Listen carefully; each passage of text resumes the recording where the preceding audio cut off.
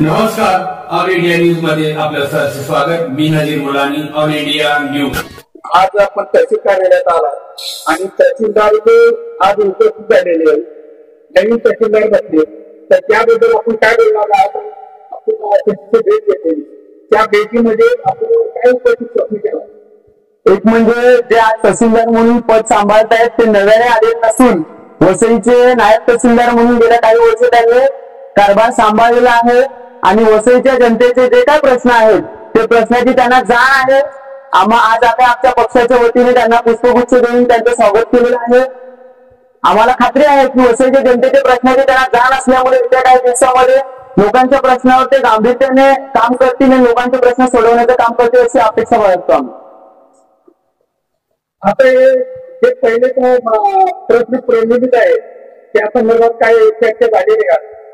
नाही, आज त्यांचा पहिलाच दिवस आहे। आम्ही त्यांना शुभेच्छा दिल्या आहेत त्यांचा पद मिळाल्यामुळे तहसीलदार म्हणून। येत्या काही दिवसात आम्ही आमच्या पक्षाचं शिष्टमंडळ घेऊन येऊ, त्यांना सुद्धा आमच्या विषयाचे जाण आहे आणि आम्ही आमच्या पुन्हा एकदा आठवण करून देऊ आमच्या काय विषयाचे।